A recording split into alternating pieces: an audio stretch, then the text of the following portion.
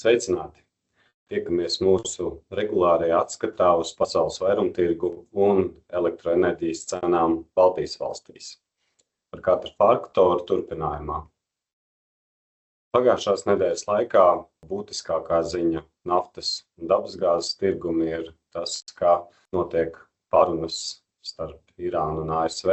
Ir iespējams panākt diplomātisku vienošanos. Fonā redzam, ka notiek vairākas nelielas sadursmes reģionā, taču tās kopējo tirgus sentimentu nepamaina, un finanšu tirgos naftas cena samazinās līdz aptuveni $83 par barelu.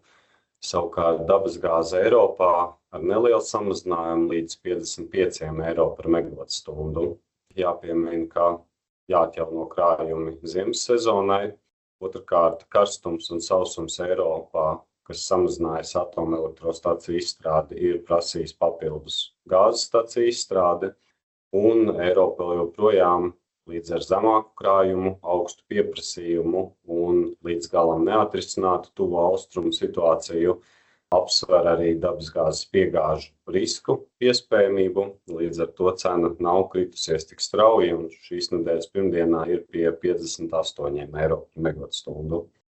Savukārt kvotu tirgū pirmkārt jau zem izsoļu apjomi, jo kvotu izsoles šobrīd nenotiek. Finanšu tirgū ir arī ietekme no atvaļinājuma sezonas, un paaugstināts pieprasījums dabasgāzes izstrādē ir nedaudz pacēlis emisiju kvotas cenu, un tā pagājušajā nedēļā pie €83 par tonu. Turpmākie laikapstākļi, kas noteiks arī elektroenerģijas cenas Eiropai nākamajā 1 līdz 2 nedēļās, Rietuma Eiropai un Dienvidu Eiropai būtiski siltāki laikapstākļi līdz 6 grādiem pret vidējo ilgtermiņa normu. Savukārt Ziemeļvalstīm un arī Baltijai tuvu normai vai dažus grādus zem normas būs vidējā temperatūra. Saules izstrāde ir augsta, Eiropā īstenībā būtiski kāpusi arī šī gada laikā. Savukārt vēja izstrāde atkarībā no gaisa masu mainības ir svārstīga. Brīžiem tā ir augstāka, brīžiem tikai vidējās klimatiskās normas apmērā. Tieši elektroenerģijas tirgumu Ziemeļvalstīs un Baltijā pagājušās nedēļas laikā cenu izmaiņas ir nelielas.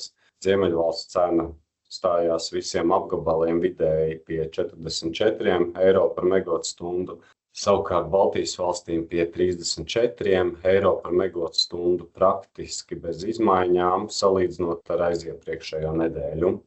Nelielos šos tiknedēļas cenas samazinājums ir devusi augstāka vēja izstrāde Ziemeļvalstīs un palīdzēja arī saules izstrādes pieaugums Baltijas valstīs. Turpretī nākamajam gadam par bāzes piegādi finanšu instrumentu tirgū 2027. gadam cenām vairāk ir kāpuma tendence. Ziemeļvalsts cenas robežās no €55 līdz pat €70 par megavatstundu atkarībā no tirdzniecības apgabala. Vācijā saglabājas virs €100 par megavatstundu un Polijā virs €110 par megavatstundu. Tas ietverot gan gāzes krājumu veidošanos, gan emisijas kvotu dārdzību, gan arī pieaugošu pieprasījumu Eiropas Savienības dalībvalstīs. Vērosim faktorus un uz tikšanos nākamnedēļ.